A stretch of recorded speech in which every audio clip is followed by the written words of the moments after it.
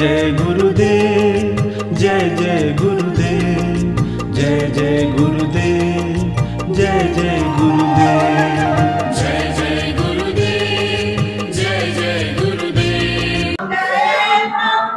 नमामि नमस्तु श्रीमत् करुणा सागर महाराज की, कैवल धाम की जय। श्री अविचल दास जी महाराज की जय।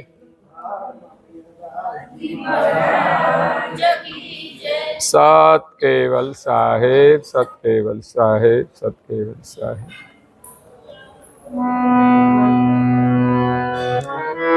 ब्रह्मवायु स्वे पद सदसन मोख, उलटय भाव भाव में जाने दुख। ब्रह्मवायु स्वे सद पद सन मोख, उलटय भाव भाव में जानी दुख। एक विघन जय अतली बल भारी, चमक विषय इंद्र खिल ग्रह सारे।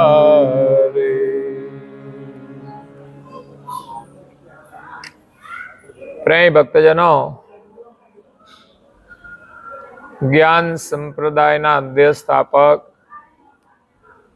अनंत ब्रह्मांडाधीश, विश्व नियंता, सकर्ता सतकैवलना परम विशेष अंश, अनंत अंशोना तारणहार, परम मोक्षना दाता, सर्वज्ञ दिव्य परम गुरु श्रीमत करुणा सागर महाराज जगतना जीवोનું परम कल्याण करवा माटे, जगतना जीवोने जन्म मरणना ત્રાસમાંથી મુક્ત કરવા માટે, જગતના જીવોને જગત કર્તાનો સંદેશ આપવા માટે અકળ વિભૂતિનો અતિ દિવ્ય દેહ ધારણ કરે આ બ્રહ્માંડને વિશે અંતરિક્ષમાં રહેલા 14 લોક અને પૃથ્વી પર રહેલા 7 દ્વીપોમાં પ્રગટ થયા। દિવ્ય પરમ ગુરુએ સમસ્ત બ્રહ્માંડની અંદર વિચરણ કર્યું છે। એ જ એમની એક ઓળખ છે। આવો દિવ્ય ઇતિહાસ આ જગતની અંદર કોઈ પણ સાહિત્યની અંદર આપણને સાંભળવા મળશે નહીં, જોવા મળશે નહીં। એટલે પરમ ગુરુની યાત્રા એ પરમ ગુરુની ઓળખાણ કરાવે છે। તો 14 લોકમાં વિચરણ કરી પૃથ્વી પર આવ્યા। પૃથ્વી ઉપર 6 દ્વીપોને ચેતાવીને 7મા જંબુદ્વીપની અંદર પાલકી દ્વીપના વચન પ્રમાણે હેતબાઈ માતાને બાલ સ્વરૂપે પ્રગટ થઈ અને મળ્યા।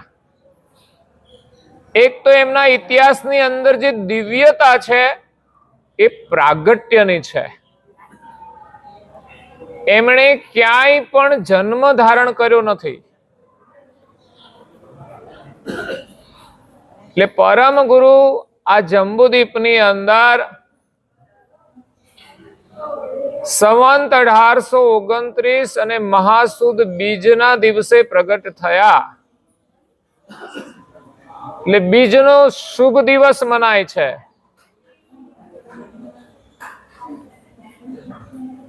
જમીનની અંદર બધી જે વનસ્પતિ ઉગે છે એ પણ બીજમાંથી ઉગે છે। અને આ જગતનું સર્જન થયું છે એ પણ સર્જનહારના સંકલ્પ રૂપી બીજમાંથી થયું છે। એટલે મહાસુદ બીજના દિવસે દિવ્ય પરમ ગુરુ પ્રગટ થયા.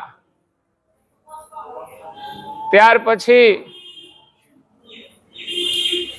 પરમ ગુરુની જે પ્રગટ ભૂમિ છે એ ભૂમિ ઉપર ષષ્ઠમ આચાર્ય પૂજ્ય શ્રી શીતળદાસજી મહારાજ શ્રીએ ગ્રંથના આધારે એનું સંશોધન કરી અને એ જગ્યા ઉપર સુંદર દેવાલય બનાવી પરમ ગુરુના બાલ સ્વરૂપની સ્થાપના કરી. જે સ્થાન આપણા સૌના માટે ગૌરવનું સ્થાન છે.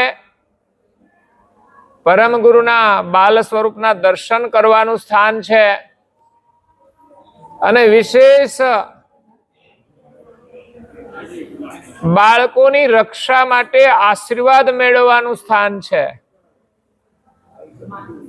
કારણ કે વર્તમાન સમયની અંદર બાળકોને આશીર્વાદની ખાસ ખાસ જરૂર છે. કારણ કે આજનું વાતાવરણ એટલું બધું કલુષિત છે, કુસંગ વાળું છે. જો પરમ ગુરુના બાલ કુબેરના આશીર્વાદ ના હોય તો આપણા બાળકો ભટકી જશે. એટલા માટે ખાસ આપણા બાળકોને આશીર્વાદ મેળવવા માટેનું આ એક ઉત્તમ સ્થાન છે. પૂજ્ય શ્રી શીતળદાસજી મહારાજ શ્રીએ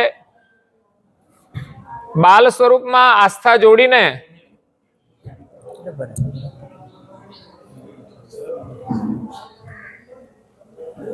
બાલ સ્વરૂપે પ્રગટ થઈ અને હેતબાઈ માતાનું કાર્ય કર્યું. એવી જ રીતે તમામ બાળકોનું રક્ષણ થાય એવા આશીર્વાદ બાલક રક્ષક બાલ કુબેર, જે તમે અષ્ટક પણ બોલો છો, બાલક રક્ષક બાલ કુબેર સ્વામી. એટલે પરમ ગુરુ પ્રગટ થયા છે, એમની વિશેષતા છે, એમની દિવ્યતા છે, એમના બાલ સ્વરૂપના દર્શનનો લાભ પણ વિશેષ છે. આમે બાળકોનું સ્વરૂપ છે ને એ દિવ્ય દિવ્ય દેખાતું હોય છે, પણ પરમ ગુરુ તો પ્રગટ થયા એટલે કેવું દિવ્ય સ્વરૂપ હોય. આપણા સ્વરૂપને પ્રકૃતિના બધા જ ગુણ લાગુ પડે, નિયમ લાગુ પડે, પરંતુ પરમ ગુરુ પ્રગટ થયા છે એટલે એને પ્રકૃતિના કોઈ નિયમ અસર કરતા નથી. જેમ કે ઠંડી, ગરમી, વરસાદ, કોઈ બીમારી, એને કોઈ વસ્તુ સ્પર્શી શકતી નથી. એટલું જ નહીં, દુનિયાના જે પ્રભાવ છે એના કોઈ વિકારો પણ એની નજીક આવી શકતા નથી. જ્યાં પરમ ગુરુ બિરાજમાન હોય, જ્યાં એની ચેતના હોય, એની આજુબાજુનું વાતાવરણ પણ પવિત્ર થઈ જાય છે. એટલે જે ભૂમિમાં 250 વર્ષ પહેલા દિવ્ય પરમ ગુરુ પ્રગટ થયા, એ ભૂમિ કેટલી પાવન થઈ જાય. એટલે સ્થળનું મહત્વ આપણા સંપ્રદાય માટે તો વિશેષ બની જાય છે, પરંતુ સમગ્ર જંબુદ્વીપ માટે મહત્વનું છે. કારણ કે દિવ્ય પરમ ગુરુ આ બ્રહ્માંડની અંદર 14 લોકમાં જઈને 14 લોકને પાવન કર્યા. પૃથ્વી ઉપર 7 દ્વીપ છે તો 7 દ્વીપમાં જઈને પ્રગટ થઈ અને દ્વીપોને પાવન કર્યા. એટલે સમસ્ત જંબુદ્વીપને પાવન કરવાનું પ્રાગટ્ય જ્યાં થયું છે એ ભૂમિ સમસ્ત જંબુદ્વીપ માટે પવિત્ર છે, આશીર્વાદ રૂપ છે. મહાસુદ બીજના દિવસે પ્રગટ થયા ત્યાં પૂજ્ય શ્રી શીતળદાસજી મહારાજ શ્રીએ દેવાલય બનાવ્યું, સ્થાપના કરી અને હવે ધીમે ધીમે અસંખ્ય ભક્તો સુદ બીજના દિવસે ત્યાં દર્શન કરવા માટે આવે છે. અને કોઈની કઈ જરૂરિયાત હોય બાળકોને લગતી તો બાધાઓ પણ રાખતા હોય છે, તો એ પણ મનોકામના પૂરી થતી હોય છે. તો સુદ બીજનું મહત્વ વધી ગયું. એક મહાસુદ બીજ તો હતી જ મહત્વની. પૂજ્ય શ્રી શીતળદાસજી મહારાજ શ્રી મહીબીજ મહોત્સવ ઉજવવાનો પ્રારંભ કર્યો. પેલા ઉજવાતી નહોતી, પરંતુ આ મંદિરનું નિર્માણ કર્યું. મહીબીજનો મહિમા એ વ્રત આખો લેખ આવે છે દર સુદ બીજે, મહાસુદ બીજના દિવસે, કે આપણી જે હિન્દુ સંસ્કૃતિ છે એમાં દરેક મહાપુરુષોના જન્મ દિવસ ઉજવાય છે, નિર્વાણ દિવસ ઉજવાય છે. તો કરુણાસાગર બાપજીનો પ્રાગટ્ય દિવસ પણ ધામધૂમથી ઉજવાવો જોઈએ. તો દુનિયામાં ખબર પડે કે આ સુદ બીજના દિવસે, મહાસુદ બીજના દિવસે દિવ્ય પરમ ગુરુનું પ્રાગટ્ય થયું છે. એટલે ગ્રંથ આધારે ત્યાં ભૂમિ ઉપર દેવાલય બનાવ્યું, બાલ સ્વરૂપની સ્થાપના થઈ, અને એ પ્રગટ ભૂમિમાં જ ધામધૂમથી ઉત્સવ કરવામાં આવતો હતો. અને પછી એને ધીમે ધીમે દરેક ગામડાઓ સુધી લઈ ગયા, દરેક ગામ સુધી લઈ ગયા, કે આ મહીબીજ ઉત્સવની ઉજવણી ગામે ગામની અંદર થાય. એટલે ગુરુગાદી સારસાપુરી એ સમયની અંદર એટલા બધા વાહનો નહોતા કે બધા આવી શકે. એટલે શીતળદાસજી મહારાજશ્રીએ વિચારીને દરેક ગામોની અંદર જે અનુયાયી રહેતા હોય ત્યાં મહીબીજની ઉજવણી થાય. અને આજે પણ ઉજવાય છે. કદાચ એક જ જગ્યાએ ઉજવાતી હોય તો પણ બધા જઈ શકતા નથી, પરંતુ જો ગામડામાં હોય, પોતાના ગામની અંદર ઘરે હોય, તો એને વધુ લાભ મળતો હોય છે. અને ગામો ગામ મહીબીજ ઉજવાય એટલે મહીબીજ સત્સંગનો પણ લાભ મળે, મહીબીજનું ભવ્ય આયોજન હોય એટલે બધાની ભોજન પ્રસાદી હોય, એની સેવાનો પણ લાભ મળે. હીરપુરા ગામની અંદર દર સુદ બીજના દિવસે સત્સંગનું આયોજન કરવામાં આવે છે.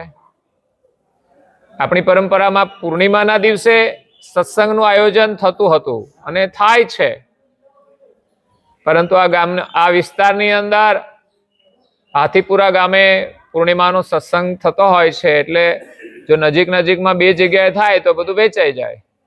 પેલું એક જગ્યાએ થતું હોય તો જેને લાભ લેવો હોય તો નજીક હોય એટલે બહુ વાંધો ના આવે. એટલે સુદ બીજ પસંદ કરી અને દર મહિને સુદ બીજના દિવસે સત્સંગનું આયોજન કરવામાં આવે છે.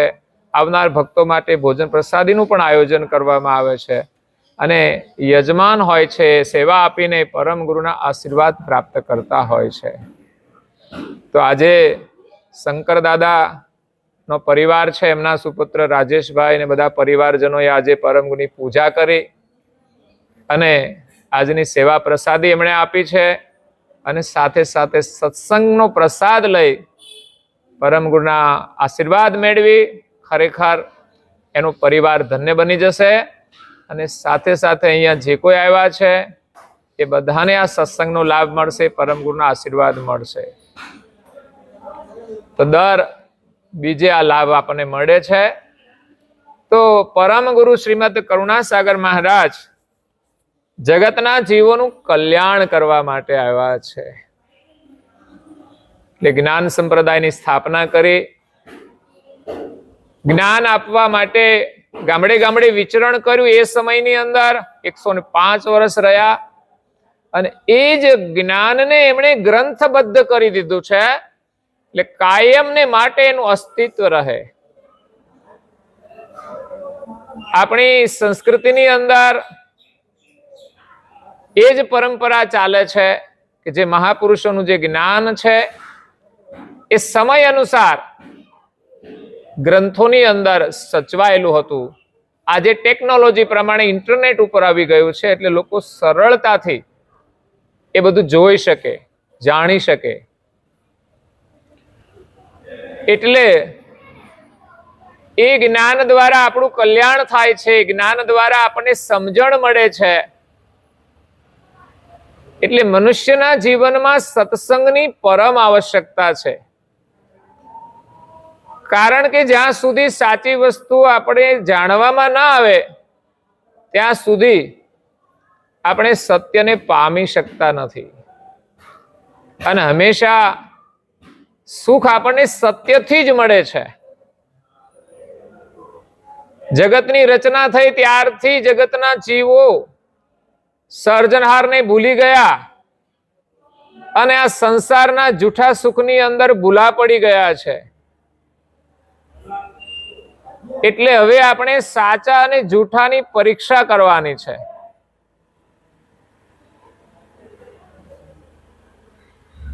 આ શરીરનું જે સુખ છે એ અલ્પ સુખ છે, સત્ય નથી. આજે હોય કાલે ના પણ હોય, એટલે એને સત્ય માનવામાં નથી આવતું. સાચું સુખ એ આપણે જ્ઞાન દ્વારા સમજીને પ્રાપ્ત કરવાનું છે. મોટા ભાગે લોકોનું મન અને વૃત્તિ આ શરીર સુખની અંદર બંધાયેલી છે. સર્જનહારે જગતની એવી રચના કરી છે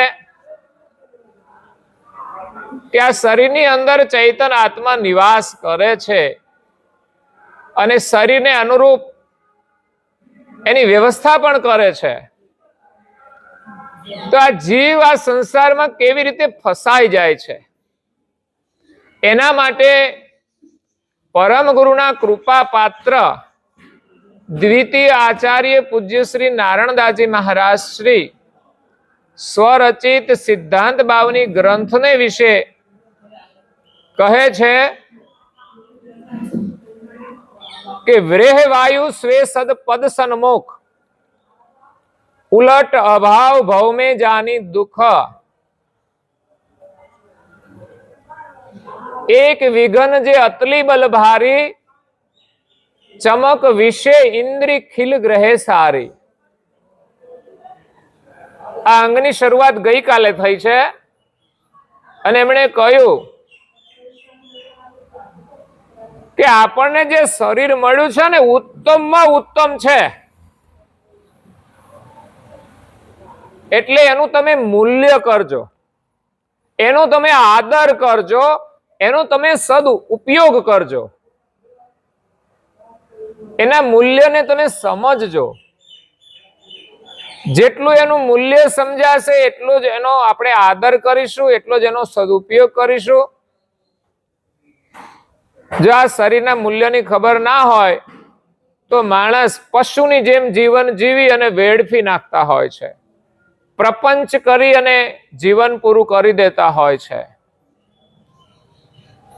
એટલે નારાયણદાસજી મહારાજ કહે છે કે આ સંસારની અંદર આપણે બધા ફસાયા છીએ, દુખી છીએ. આમ જોવા જઈએ તો સુખી પણ લાગીએ. ઘર સારું હોય, કપડા હોય સારા, ખાવા પીવાનું મળી જાય તો પછી દુઃખ શાનું છે? બધી વ્યવસ્થા હોય તો દુઃખ શાનું છે? તો પણ હોય છે દુઃખ. જો સર્વે કરવામાં આવે તો ખબર પડે કે કયા પ્રકારે લોકો દુઃખી છે. બધું હોય તો ચિંતા તો હોય છે. ક્યાંક ક્યાંક સમજણના અભાવે કલેશની ઝઘડાઓ પણ હોય છે. મારું તારું આ બધું જ આવતું હોય છે. અને વિશેષ દુઃખ કામ, ક્રોધ, લોભ, મોહ અને અભિમાનનું છે. આ 5 વિષયોનું દુઃખ મોટું છે. એમાંથી આપણે છૂટવાનું છે. માણસ વ્યવહાર તો કરે છે, માણસની પાસે છે પણ બધું, છતાં પણ દુઃખી છે. કારણ કે જરૂર કરતા વધારે ઈચ્છાઓની જે કામનાઓ છે એ માણસને બાંધવાનું કામ કરે છે. અને જ્યારે એના પ્રત્યે આસક્તિ વધી જાય ત્યારે માણસ વિવેક ચૂકી જાય છે. પહેલામાં પહેલી આસક્તિ આપણને પોતાના શરીરમાં હોય છે. શરીરનો જે મોહ છે એના કારણે આપણે વિવેક ચૂકી જઈએ છીએ અને દુઃખી થઈએ છીએ. શરીર તો ઉત્તમ આપ્યું છે, સુખી થવા માટે આપ્યું છે. માણસને જો જીવતા આવડે ને તો ખરેખર દુઃખનો ક્યારેય અનુભવ ના થાય. મહાપુરુષોના જીવનમાં બહુ વ્યવસ્થા નહોતી. મોટા ભાગના મહાપુરુષો થઈ ગયા ને એ સામાન્ય પરિસ્થિતિ વાળા હતા. છતાં પણ જીવનમાં ઘણી સમસ્યાઓ હોવા છતાં એમણે દુઃખનો અનુભવ નથી કર્યો. કારણ કે દરેક પરિસ્થિતિમાં એમણે જે સત્કાર્ય છે એમાં જ પ્રીતિ રાખી છે, સત્યનું સ્મરણ કર્યું છે અને સત્કાર્યો કર્યા છે.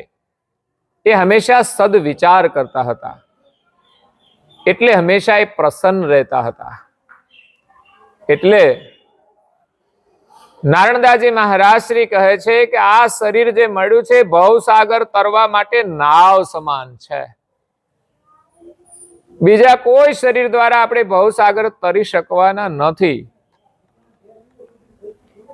પરંતુ આ સંસાર સાગરની અંદર અનેક મગરમચ્છો છે, એટલે તરવું સહેલું નથી. તો એમાં સાવધાનીની બહુ જરૂર છે. અને ખાસ જો પ્રેમનો જો વિરહ આવી જાય ને આપણામાં, વિરહનો વાયુ, જેમ નાવ છે ને એ સમુદ્રમાં ગતિ કરતું હોય, હવે પવન જો પાછળથી આવતો હોય ને તો એનો સડ એ ચડાવી દે. ચડાવી દે એટલે શું થાય? હવા એમાં ભરાય. હવા ભરાય એટલે નાવને ધક્કો મારે, એટલે એને જવામાં સરળતા પડે.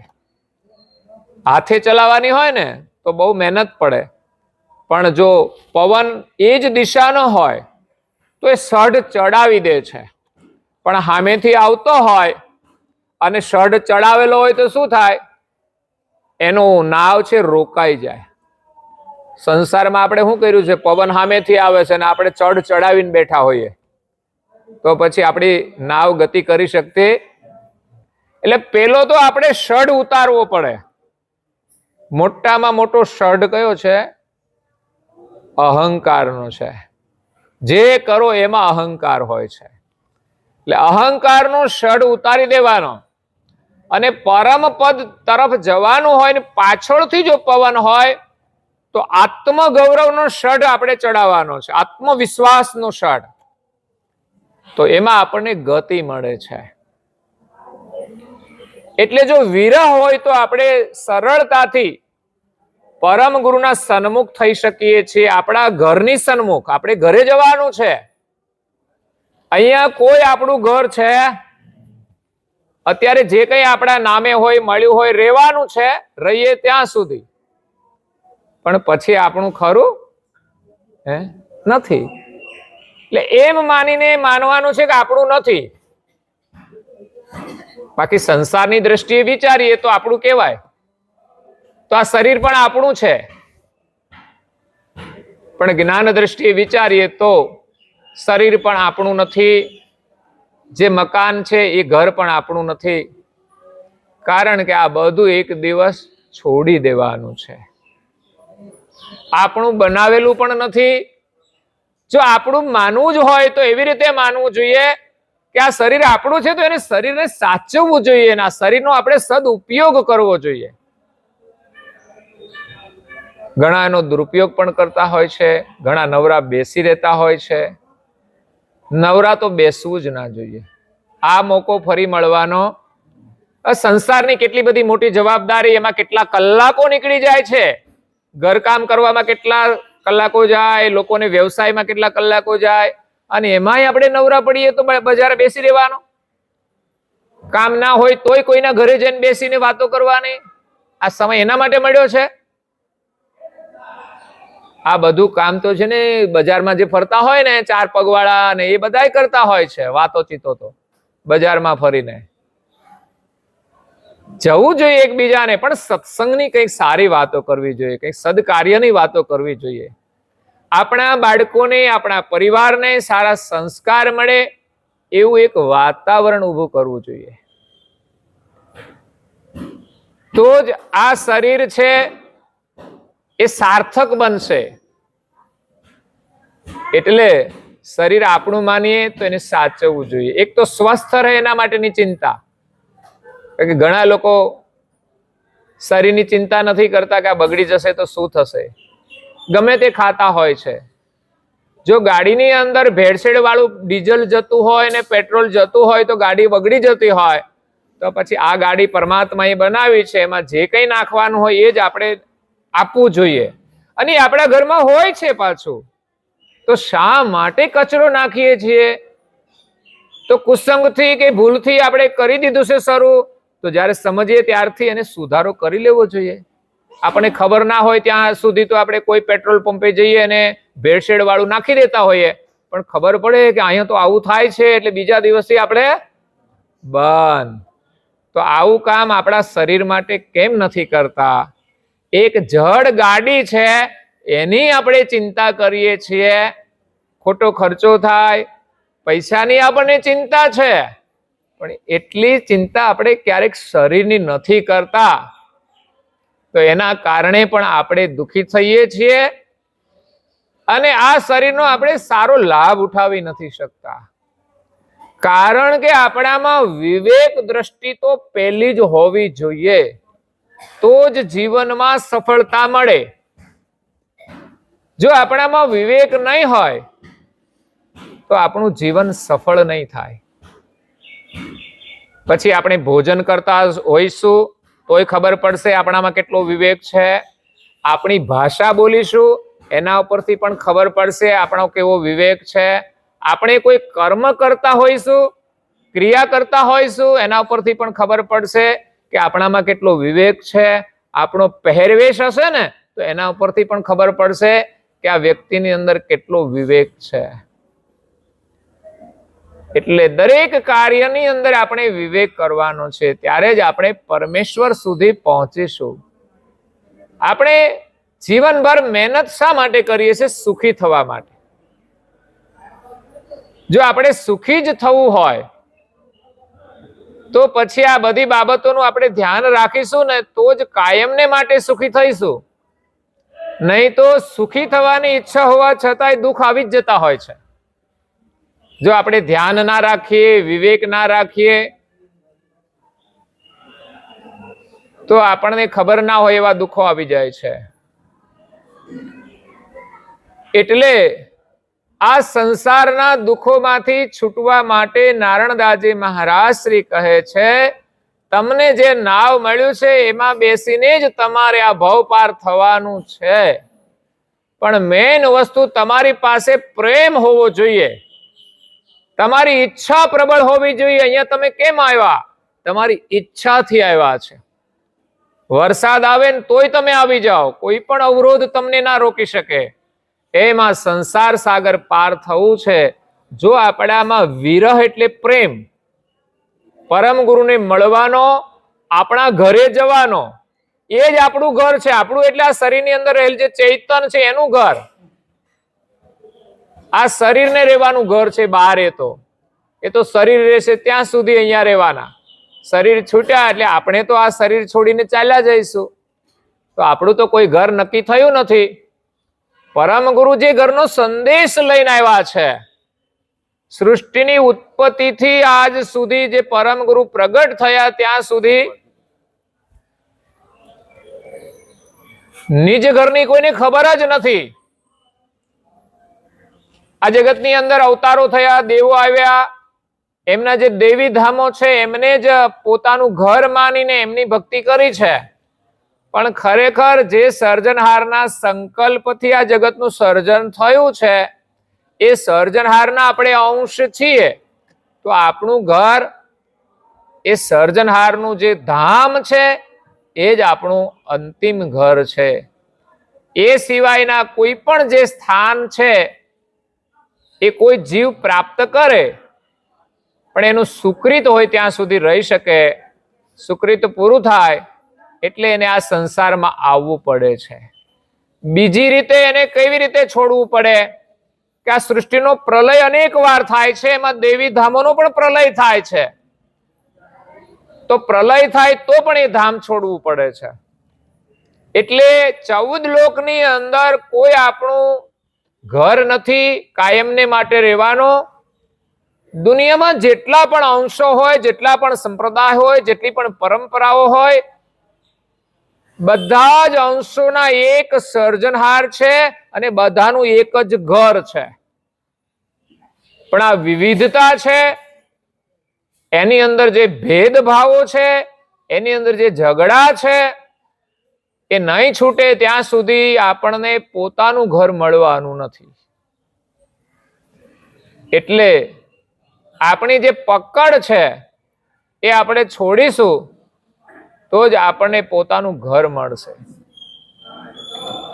એટલે આપણી અંદર એક તો પરમેશ્વરને પામવાનો પ્રબળ પ્રેમ જોઈએ, પ્રબળ, જેવો સંસારમાં હોય છે. સંસારનું જે કોઈ કામ થાય છે, કાર્ય કરે છે, એની અંદર પણ એટલો જ પ્રેમ હોય છે. પણ એ પ્રેમ આપણને સદાય સુખ આપવા વાળો નથી. સંસારમાં ગમે તેટલો પ્રેમ રાખીએ પણ છતાંય કાયમ સુખ મળતું નથી. સંસારમાં રહીને તમામ લોકો પરિવાર સાથે જો ધર્મમાં પ્રીતિ રાખે, સત્યમાં પ્રીતિ રાખે, ભગવાનમાં પ્રીતિ રાખે તો આખા પરિવારને સુખ મળી શકે છે. સંસાર જૂઠો છે એનો મતલબ પરિવાર છોડીને ક્યાંય જવાનું નથી, પણ એ પરિવારની અંદર આપણે જે કંઈ ખોટી રીતે રહેતા હોઈએ, ખોટો વ્યવહાર થતો હોય, આપણને તો એમ જ લાગતું હોય કે આપણે બધું સારું જ કરીએ છીએ અને સારું થતું હોય તો કોઈ સમસ્યા આવતી નથી. પરંતુ જાણે અજાણે ઘણી બધી ભૂલો થતી હોય છે, એને આપણે સુધારવાની છે.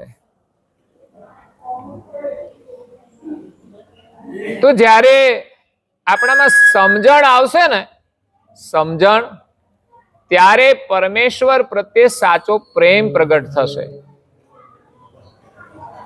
સમજણ એ જ્ઞાનથી આવે છે, સમજણ એ ગુરુની કૃપાથી આવે છે અને પ્રેમ પણ સમજણથી આવે છે.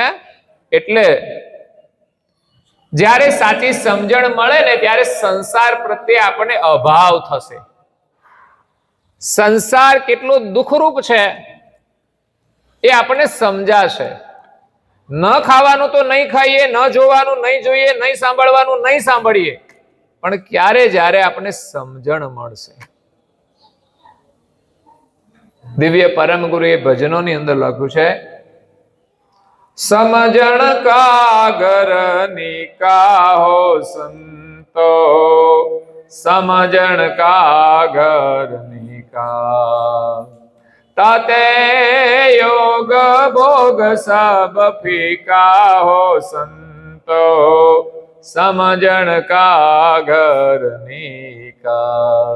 સમજણના ઘરની નજીક આવી જઈશું ને ત્યારે આ સંસારના ભોગ બધા આપણને ફિક્કા લાગશે. પછી સંસારના વિષયોનું સુખ મળે ને આપણને તો પણ આપણી ચાહના રહેશે નહીં. એમ લાગશે કે આ તો બધા સામાન્ય સુખ છે. સાચું સુખ તો એનાથી ઉપર છે. સંસારમાં વિશેષ સુખ શરીરનું, ઇન્દ્રિયોનું છે, સ્વાર્થનું છે. એનાથી ઉપર ઉઠીને ઇન્દ્રિયોનો જે વ્યવહાર છે, એને જે જરૂરી છે એનો આપણે વિવેકથી ઉપયોગ કરી આપણા જીવનમાં પરિવારનું પણ જરૂરિયાત પ્રમાણે પાલન પોષણ કરી અને શેષ સમય આપણે જો ઉત્તમ પ્રકારે જીવીએ, એની સમજણ મેળવીને, તો આપણને સાચા સુખની અનુભૂતિ થશે. અને સાચા સુખનો જ્યારે થોડો પણ સ્વાદ આવશે ત્યારે સંસાર સુખનો અભાવ થશે. એમાં તમારી આસક્તિ નહીં રહે. એટલે પૂજ્ય શ્રી નારાયણદાસજી મહારાજ કહે છે કે ઉલટ અભાવ ભવ મેં જાની દુઃખ. સંસાર કયા પ્રકારે દુઃખરૂપ છે એ પ્રકારે સમજાશે. એટલે પછી એવા પ્રકારનું આચરણ આપણે કરીશું, એની અંદર વિશેષ આપણે સમય બરબાદ કરીશું નહીં. આ શરીરને ગમે તેટલું સાચવું તો પણ કેટલું તમને સુખ આપે? ગમે તેટલી વ્યવસ્થા કરો તો સુખ આપે કેટલું? એને ખાવાનું તો જે જોઈએ એટલું જ જોઈએ, એનાથી વધારે ગમે તેટલી વ્યવસ્થા હોય કોઈ ફરક પડતો નથી. આ શરીરને જે કપડાં જોઈએ એ જોઈએ, પછી તમે લાખના પહેરાવો કે 5 લાખના પહેરાવો, શું ફરક પડે છે? આ શરીર સ્વસ્થ હોય તો સારું છે, નહીં તો બહારની વ્યવસ્થા કોઈ કામની રહેતી નથી. થોડી જરૂરિયાત હોય છે શરીરની, એ વ્યવસ્થા આપણે કરવી જોઈએ. એ સિવાય વિશેષ સુખ આ શરીરની અંદર નથી. શરીર ક્ષણભંગુર છે અને એમાં આપણી જે મમતા લાગી છે ને, એનો મોહ લાગ્યો છે, એના કારણે તો આપણે ભગવાનને પણ ભૂલી ગયા છીએ. આ શરીર એ નશ્વર છે, રોગોથી ભરેલું છે. અત્યારે વર્તમાન સમયની અંદર જુઓ ને તો રોગ વ્યાપક થઈ ગયો છે. પેલા ક્યાંક ક્યાંક લોકો રોગી હતા, આજે લગભગ મોટા ભાગે બધાને બીમારીઓ છે, કોઈ નિરોગી છે. એટલે આ શરીર રોગથી ભરેલું છે, એમાં સુખ નથી. આ શરીર એક સાધન છે, એના માધ્યમથી આપણે સુખને મેળવવાનું છે. સારા કર્મ કરીને માણસ સુખ મેળવી શકે છે. સંસારના ભોગનો ઉપભોગ કરવાથી માણસ સુખી થતો નથી. એને જોઈએ એટલું મેળવી અને બીજાને પણ જરૂરિયાત પ્રમાણે આપતો રહે તો એને વધારે સુખ મળશે. જ્યારે આપણે બીજાને કોઈની મદદ કરીએ છીએ ત્યારે જે આનંદ આવે છે એ સંસારના સુખથી થોડું ઉપરનું સુખ છે. તો આ સુખની શરૂઆત આપણે આપણા પરિવારથી જ કરવાની હોય છે. પરિવારમાં બધા કેમ પ્રેમથી ના રહી શકે? એકબીજાને મદદરૂપ થઈને કેમ ના રહી શકે? મારું ધાર્યું જ થાય એવું શા માટે કરવું જોઈએ? એવો અહંકાર શા માટે રાખવો જોઈએ? આપણે આપણું ધાર્યું કરવા માંગતા હોય તો સામેની વ્યક્તિ પણ આપણા સમાન જ છે, એમની પણ ઈચ્છાઓ હોય છે. તો આ પરિસ્થિતિ સમજવી જોઈએ. જો માણસ નથી સમજતો તો થાય શું કે સામેની વ્યક્તિને પણ જો એ વિચારે નહીં તો પછી જે પોતે ધારે છે ને એવું એ થતું નથી. એમ ધારે કે હું કહું એમ થાય. કોઈ કરે કદાચ સંબંધની શરમે, કોઈ મજબૂરીથી થોડું ઘણું કરે, પણ કાયમને માટે થતું નથી. અને કર્મ જો એને ભોગવવાના આવી જાય ને તો પછી વ્યક્તિ પરાધીન પણ થઈ જાય છે. એટલે આપણે બહુ જ સાવધાનીથી જીવવાની જરૂર છે. નારદજી મહારાજ કહે છે કે આ શરીરમાં એક મોટી સમસ્યા અને મોટું વિઘ્ન છે અને એ અત્યંત બલવાન છે. બસ આ જે વિઘ્ન છે ને એને આપણે સમજી લઈએ ને તો આપણે એમાંથી છૂટી શકીએ છીએ. અને આ વિઘ્ન જેટલા પણ મનુષ્ય છે દરેકના જીવનમાં આવે છે. ચમક વિશે ઇન્દ્રિય ખિલ ગ્રહે સારી. સંસારની જે રચના કરી છે એમાં સર્જનહારે બધા વિષયો મૂકેલા છે. શબ્દ, સ્પર્શ, રૂપ, રસ અને ગંધ 5 પ્રકારના વિષય મૂક્યા છે. એના કારણે આપણને એ સુખનો ભાસ થાય છે. આંખને કોઈ સુંદર દ્રશ્ય મળે છે, રૂપ મળે છે તો એ ખુશ થઈ જાય છે. તો એ રૂપ જોઈને એની અંદર મોહિત પણ થઈ જાય છે અને ક્યારેક એ વિવેક પણ ચૂકી જાય છે, એની મર્યાદાઓ છોડી દે છે. ક્યારેક કોઈ સુંદર વસ્તુ જોઈને ચોરી લેવાનું મન થઈ જાય, કોઈ સુંદર વ્યક્તિ સાથે અનૈતિક સંબંધ જોડાઈ જાય તો આ પરિણામો બધા વિપરીત આવે છે. સુંદરતા છે એને નિહાળો તમે. જગતની રચના સુંદર છે. જ્યાં પણ સુંદરતા દેખાય એને જોઈને મન પ્રસન્ન થાય. એને પોઝિટિવ આપણે વિચાર કરીએ, હકારાત્મક વિચાર કરીએ કે આ સુંદરતા પરમાત્માએ કેવી આ રચના કરી છે, એ પરમાત્મા કેવા છે એના સુધી આપણો વિચાર જવો જોઈએ. અને બીજી રીતે વિચારીએ તો આજની દેખાતી સુંદરતા કાયમને માટે સુંદર રહેતી શરીર હોય કે બહારની કોઈ પણ એક ઝાડ છે નાનું ઉગે ને કેટલું સુંદર લાગે, પણ સમયની ધારામાં એ ખાખરા જેવું થઈ જાય છે. તો એ જ પરિસ્થિતિ બધાની હોય તો થોડા સમય માટેની સુંદરતામાં શા માટે પ્રભાવિત થવું જોઈએ અને આપણો વિવેક ચૂકવો જોઈએ? વિવેક એ રીતે ચૂકી જઈએ છીએ કે એનું જ ચિંતન કરીએ છીએ, એ જ દેખાય છે, પણ જે દેખાય છે એ સત્ય નથી. કોઈ પણ સુંદરતા બાહ્ય જગતની એ કાયમ અસ્તિત્વ નથી. તો પછી એમાં આપણે પ્રીતિ રાખીને ક્યાં સુધી સુખ મેળવીશું? કદાચ કોઈના ભાગ્ય પ્રમાણે એની સુંદરતા મળી જાય તો સમય જતા એ કાયમ રહેતી નથી, ત્યારે એને દુઃખી થવું પડે છે. એટલે આ વિષયો પ્રત્યેનું એક આકર્ષણ છે, એ જ મોટું વિઘન છે. એમાં સાવધાની રાખવાની છે. કાને સાંભળવાના શબ્દો પણ મધુર હોય, પ્રિય હોય, એ પણ આપણને ખેંચી જાય છે. એમાં બિનજરૂરી વાર્તાલાપમાં આપણે રોકાઈ જઈએ છીએ, ખોટું બોલવામાં પણ રોકાઈ જઈએ છીએ. સાંભળવામાં કાનની અંદર વધારે બિનજરૂરી કચરો નાખીએ એટલે શું થાય? આપણું મગજ ખરાબ થઈ જશે.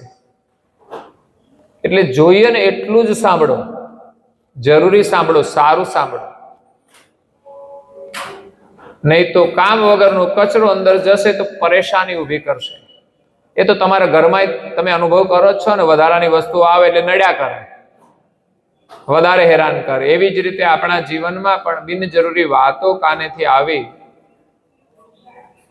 એટલે પછી સારું સાંભળવાનું છૂટી જાય છે. પ્રશ્ન એ છે આજે લોકોને સારું સાંભળવામાં રુચિ નથી હોતી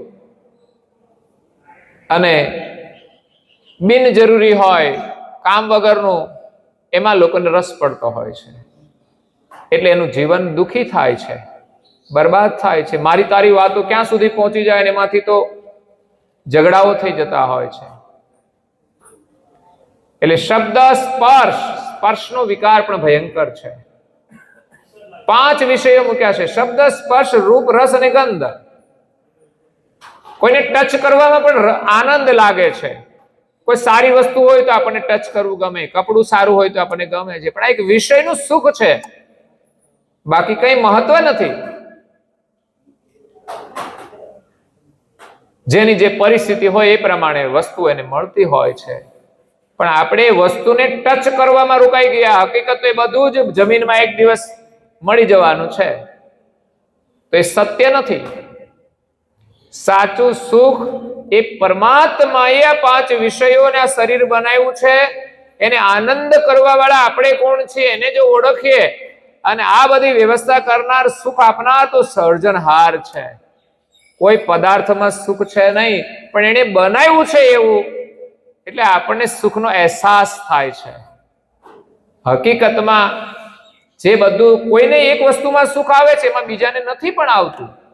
એવું નથી કે એક વિષયમાં એક સરખું સુખ છે. એક વ્યક્તિ એકને ગમે છે, બીજાને નથી પણ ગમતી, તો પછી એમાં સુખ હોય તો બધાને મળવું જોઈએ, પણ એવું નથી. પોતાના ઉપર આધાર છે. પોતાને ગમે છે તો એ સુખ લાગે છે, નથી ગમતું તો દુઃખ લાગે છે. લગ્ન કરે તે દિવસે એને સુખ દેખાય છે, છૂટાછેડા લે તે દિવસે એને દુઃખ લાગે છે. તો આ સંસારની સુખની પરિસ્થિતિ એવી છે કે આ જીવાત્મા જન્મથી લઈને મૃત્યુ સુધીની યાત્રા કરે છે, એમાં જે કઈ આનંદ કરે છે, જતી વખતે એમાં કોઈ આનંદ એની સાથે રહેતો નથી કે લઈને જાય. જ્યારે એ સત્યના માર્ગે ચાલે, ધર્મના કાર્યો કરે, ઉત્તમ પ્રકારનું જીવન જીવે, તો એ આનંદ એની સાથે રહેતો હોય છે. એટલે આ શરીર છે, એની જે ઇન્દ્રિયો છે, એને વિષયોનું આકર્ષણ છે. તો આ શરીર એક નાવ છે, પંચભૂતનું બનેલું છે. પરમ પૂજ્ય નારાયણદાસજી મહારાજ કહે છે કે ઇન્દ્રિયોની રૂપી ખીલા છે શરીરમાં મારેલા. શરીર એ નાવ છે, પણ જ્યાં જે ઇન્દ્રિયો છે એ નાવને મારેલા ખીલા છે, નાવને જોડવાના ખીલા છે. એ નાવ લાકડાનું હોય પણ ખીલા લોખંડના હોય છે. એટલે પંચભૂતનું શરીર છે પણ ઇન્દ્રિયોની અંદર પણ પરમાત્માએ કંઈક વિશેષ સત્વ મૂકેલું છે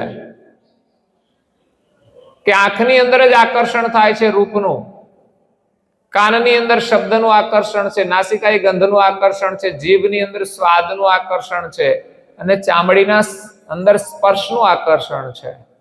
તો આ 5 ઇન્દ્રિયો જે છે એ ખીલા મારેલા છે નાવની અંદર, માનવ શરીર રૂપી. અને સંસારની અંદર 5 વિષયો મૂક્યા છે તો ઇન્દ્રિયોને મળે તો એને ખુશ થાય. તો સમ્યક રીતે મળે તો કોઈ વાંધો આવતો નથી, પરંતુ અનૈતિક રીતે જો વ્યવહાર કરે તો એને નુકસાન કરે છે.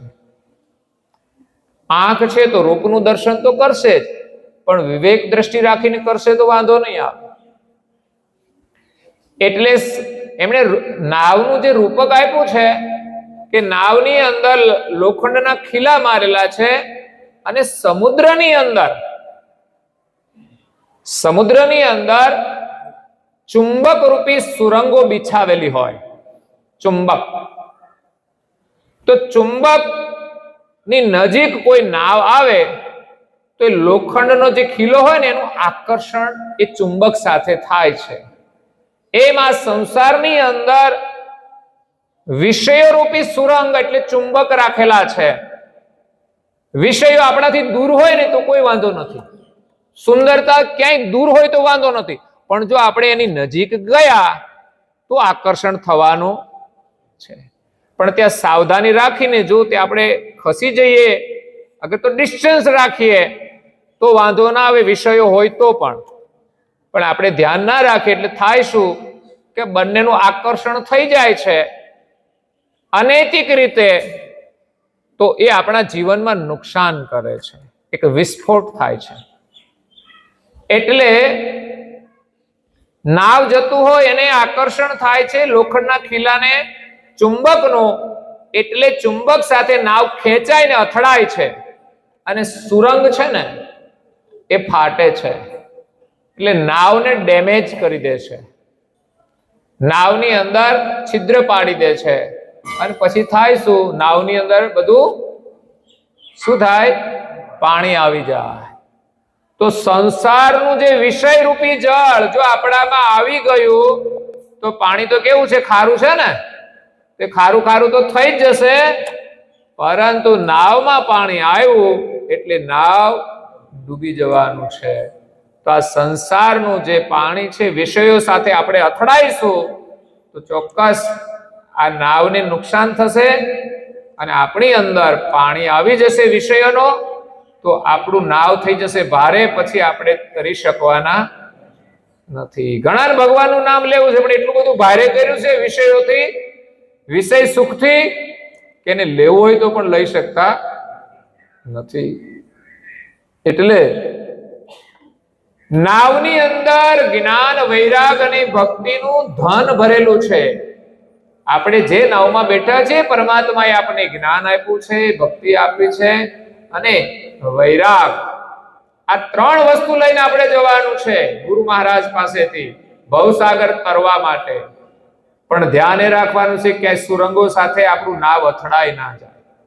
5 વિષયોથી સાવધાની આપણે રાખવી પડશે, સંયમ રાખવો પડશે, તો જ આપણે સાધના કરી શકીશું. અને એ આ પ્રકારે સત્સંગ શ્રવણ કરવાથી થોડી જાગૃતિ આવે છે, થોડા નિયમોનું પાલન કરવાથી આપણું મન એ તરફ વળે છે. અહીંયા નારાયણદાસજી મહારાજ શ્રી કહે છે કે માલિક અંશ જે બેઠે નિજ લાયક, આ શરીરનો માલિક અંદર બેઠો છે, એની અંદર જ્ઞાન, ભક્તિ, વૈરાગનું ધન ભરીને એ સફર કરવા માટે નીકળ્યો છે. જડ જડકું ગ્રહે ક્યો કરે નાયક.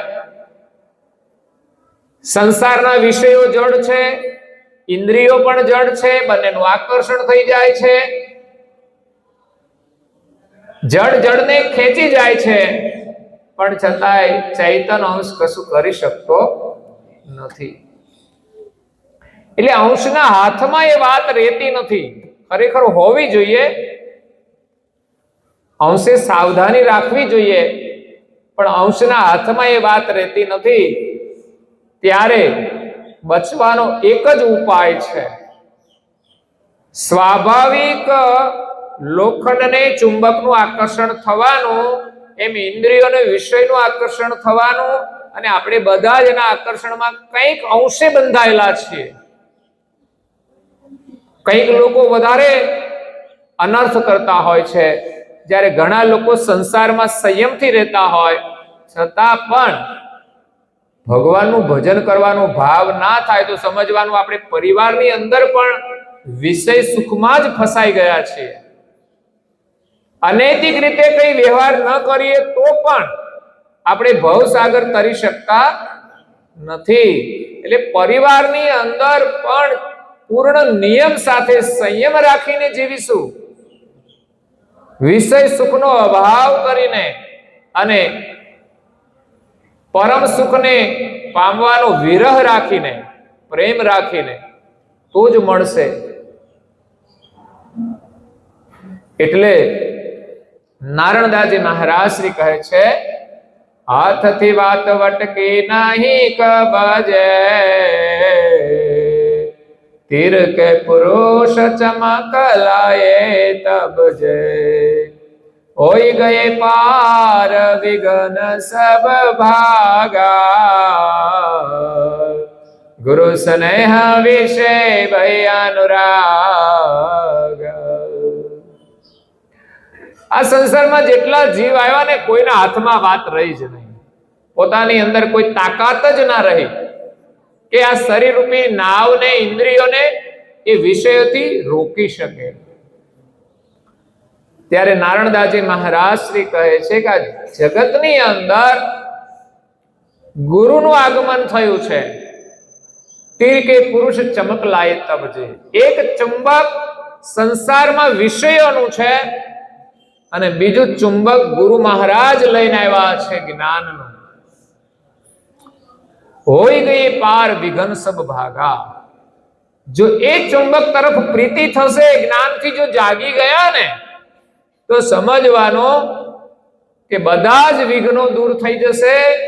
પછી સંસારના વિષયોનું આકર્ષણ આપણા મનની અંદર રહેશે નહીં. મનની અંદર જ્ઞાનથી આપણે પરમ ગુરુની ભક્તિનું આકર્ષણ થશે તો જ આકર્ષણ છૂટશે. નહીં તો જ્ઞાન જાણ્યા વિના આપણે ભક્તિ નહીં કરીએ ત્યાં સુધી આ વિષયો આપણને છોડવાના નથી. વિષયમાંથી છૂટવાનો એક જ ઉપાય છે કે આપણા મનને આપણે વાળવું પડશે ભક્તિ તરફ. તો ગુરુ સાથે પ્રીતિ જોડવી પડશે. ગુરુ સાથે પ્રીતિ જોડવી એટલે ગુરુના દર્શન કરવાના છે, ગુરુની પૂજા કરવાની છે, ગુરુની પ્રાર્થના કરવાની છે, ગુરુની જે આજ્ઞાઓ છે બધી જ પાળવાની છે. સવારે વહેલા ઉઠવાનું, પૂજા કરવાની, તિલક કરવાનું, કંઠી પણ ધારણ કરવાની, પ્રાર્થના ઉપાસના કરવાની. એમના જે વચનામૃત છે એ તો અમૃત છે, એને તો અવશ્ય દરરોજ શ્રવણ કરવા જોઈએ. એક વ્યસની માણસ વ્યસન માટે જો 10-15 મિનિટ કાઢી લેતો હોય તો દરેક વ્યક્તિએ પરમ ગુરુના વચનામૃતનું વ્યસન બાંધીને રોજે સાંભળી લેવા જોઈએ યા તો અભ્યાસ કરી લેવો જોઈએ. બસ માત્ર ને માત્ર 15 મિનિટ માટે 1 પેજ કે 2 પેજ આપણે અધ્યયન કરીએ ને તો એ અમૃત આપણે પીશું ને તો સંસારનું જે ઝેર છે ને ઉતરી જશે. પરમ ગુરુએ કહ્યું છે કે આ જીવને અનેક જન્મોથી સંસારના જે વિષયો છે એનું ઝેર ચડેલું છે. હવે આ ઝેર ઉતારવા માટે શું કરવાનું? કરુણાસાગર બાપજી જ્ઞાન રૂપી સત્સંગ રૂપી જડીબુટી લઈને આવ્યા છે. એ સૂંઘવી પડશે, વારંવાર સૂંઘવી પડશે તો જ સંસારનું જે ઝેર છે ઉતરશે. આ ઇન્દ્રિયોના માધ્યમથી વિષયોનું વિષ વિષયો એટલે વિષ આપણી રગ રગની અંદર વ્યાપી ગયું છે. તો એને ઉતારવા માટે દિવ્ય પરમ ગુરુ કૈવલ જ્ઞાન રૂપી જડીબુટ્ટી લઈને આવ્યા છે. પરમ ગુરુ એક દ્રષ્ટાંત આપ્યું છે કે નોળિયો અને સાપ આ બે લડે છે. તો સાપ ઝેરી હોય છે એટલે વારંવાર નોળિયાને એ ડંખ મારે છે એટલે નોળિયાને ઝેર ચડે છે. તો વનસ્પતિની અંદર નોળવેલ નામની એક વનસ્પતિ રૂપી જડીબુટ્ટી હોય છે. એટલે નોળિયો વારંવાર એની સાથે લડતા લડતા એને ઝેર ચડે એટલે પાછી નોળવેલ સૂંઘી અને ઝેર ઉતારીને ફરી પાછો લડવા જાય છે. એમ કરતા કરતા ઝેરી સાપ સામે લડીને એને પરાસ્ત કરી દે છે. એમ આપણે સંસારમાં રહીએ છીએ તો ઝેર તો આપણને ચડે જ છે, ડંખ તો વાગે જ છે. જ્યાં જ્યાં અથડામણ થાય શબ્દોનું, દ્રશ્યોનું, સ્વાદનું, તો એનું ઝેર તો ચડે જ છે. પણ એને ઉતારવા માટે આપણે થોડી પ્રાર્થના, થોડી ઉપાસના, થોડું સત્સંગ, ભજન, કીર્તન, ધૂન, જે કઈ સેવાકીય પ્રવૃત્તિ છે, સ્મરણની પ્રવૃત્તિ છે અને છેલ્લે ધ્યાનની પ્રવૃત્તિ છે, એમાં આપણે જોડાઈને આ ઝેરને ઉતારવું જોઈએ. એમાં સૌથી પહેલી મહત્વપૂર્ણ પ્રવૃત્તિ એ સત્સંગની છે.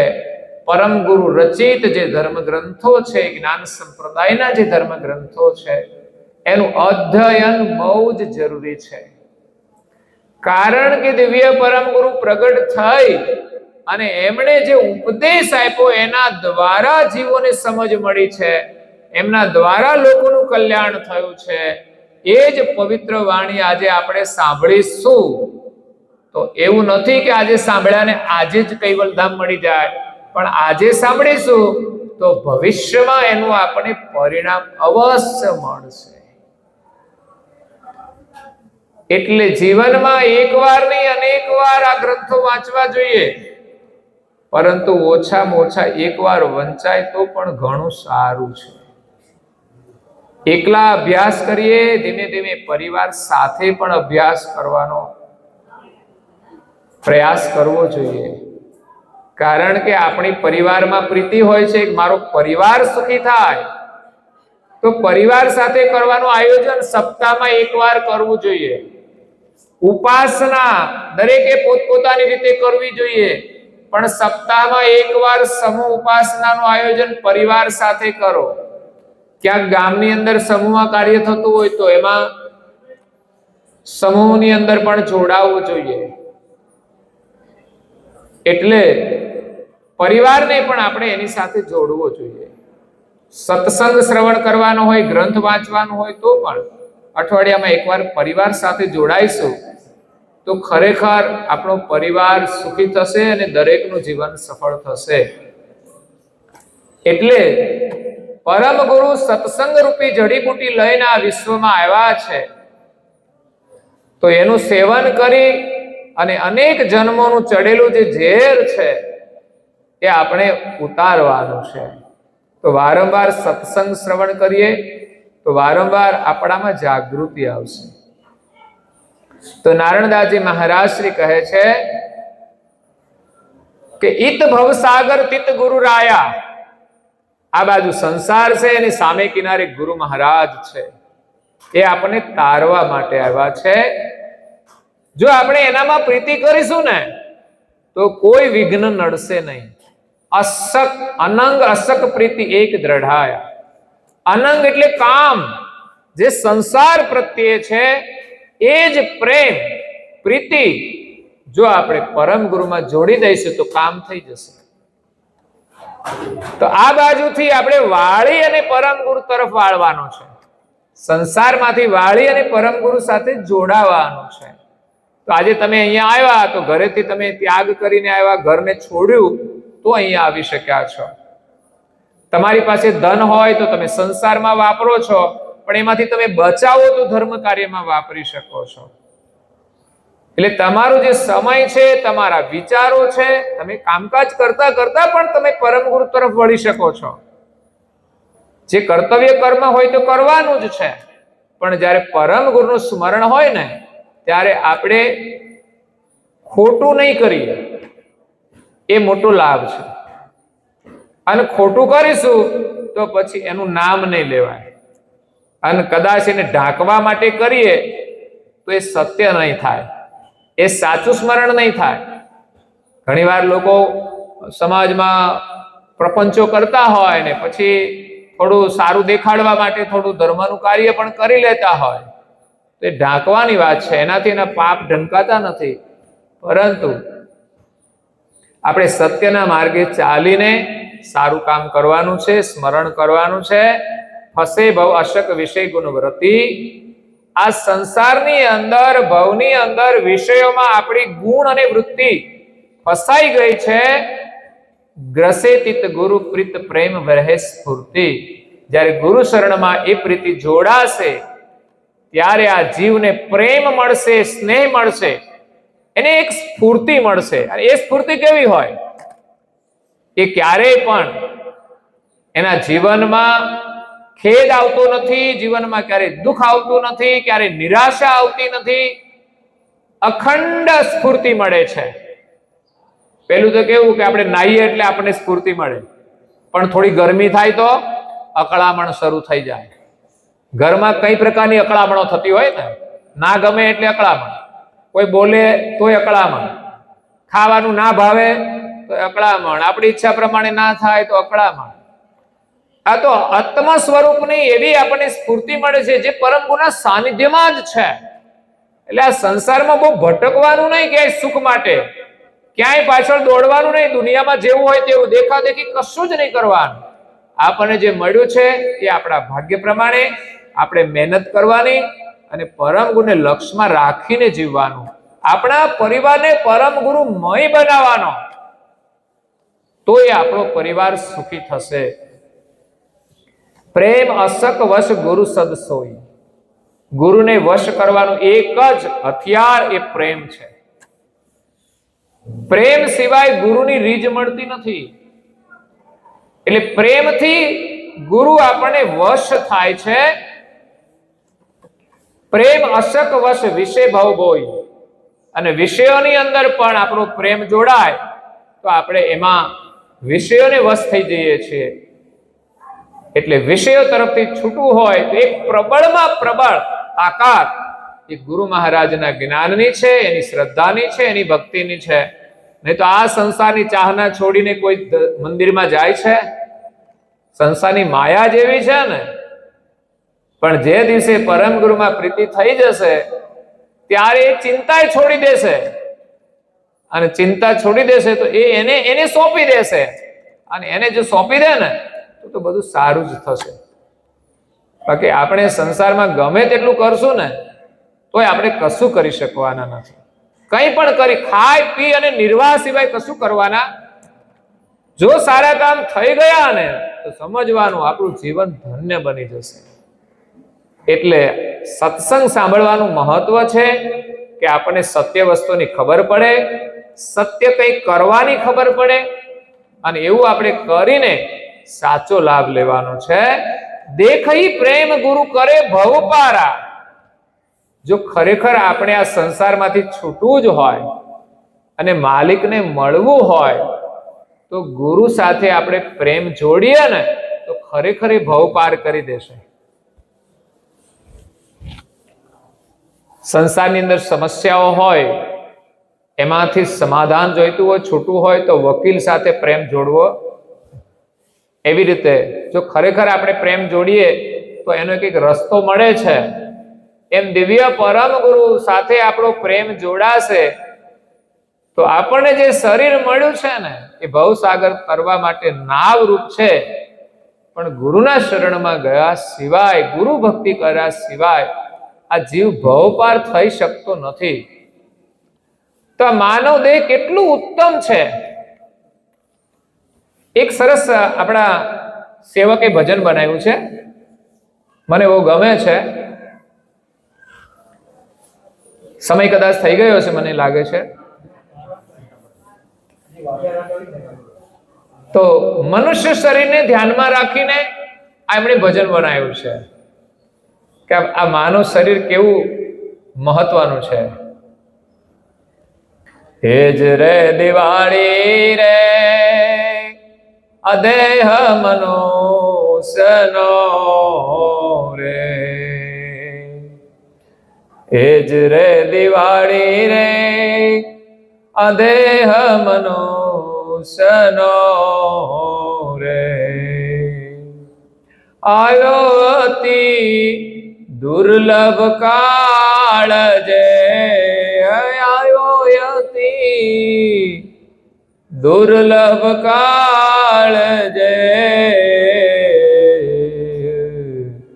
તેજ તને મળ્યો રે જેને ઈચ્છે દેવતા રે, તેજ તને મળ્યો રે જેને ઈચ્છે દેવતા રે, તેમાં વળી લવા નહીં સંદેહ, હે જ રે દિવાળી રે અદેહ મનુષ્યનો રે.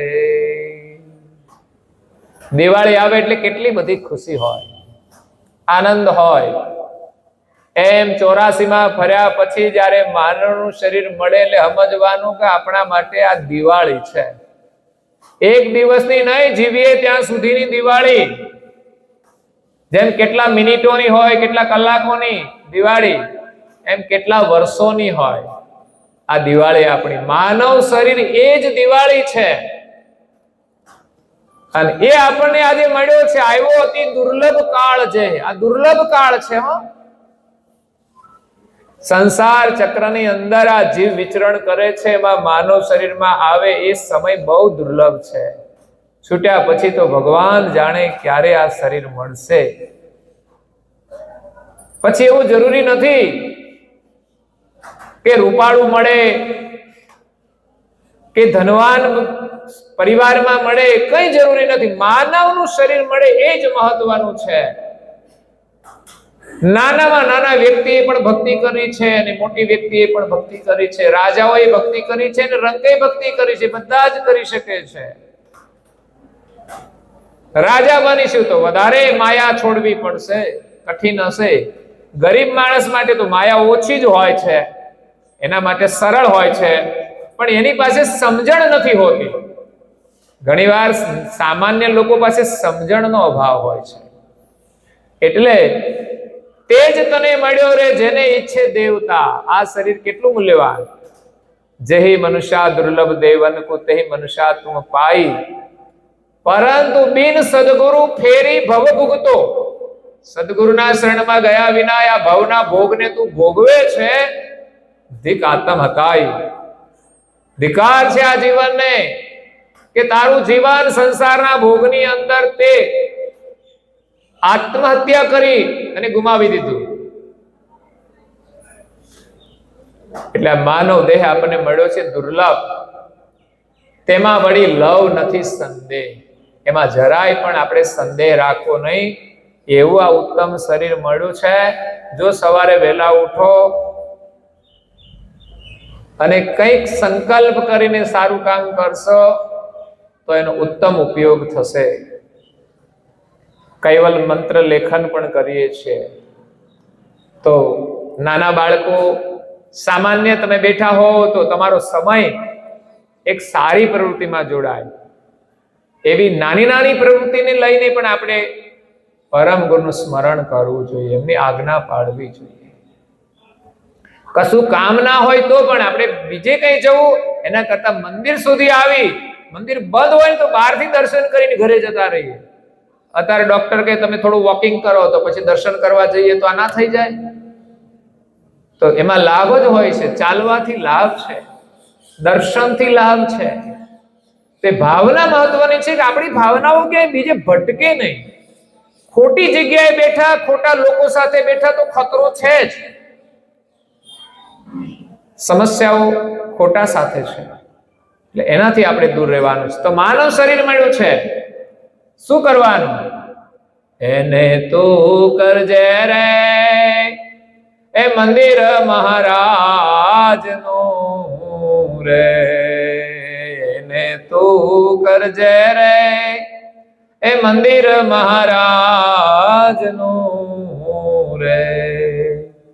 દયાશીલ સંતોષે શણગાર, દયાશીલ સંતોષે શણગાર. કામ ક્રોધ લોભ રે મચ્છર ને ઈર્ષા રે, કામ ક્રોધ લોભ રે મચ્છર ને ઈર્ષા રે. વાસના વાળીને કાઢવાર, વાસના વાળીને કાઢવાર. એજ રે દિવાળી રે અદેહ મનોસનો રે. આ ભજન બનાવવામાં સારું એમણે ચિંતન કર્યું છે કે આ શરીર તને મળ્યું છે અને તું મહારાજનું મંદિર બનાવ, ગુરુ મહારાજનું મંદિર બનાવ. જો સારું જીવન જીવીએ, ધર્મમય જીવન જીવીએ તો આ શરીર એ મંદિર બની જશે.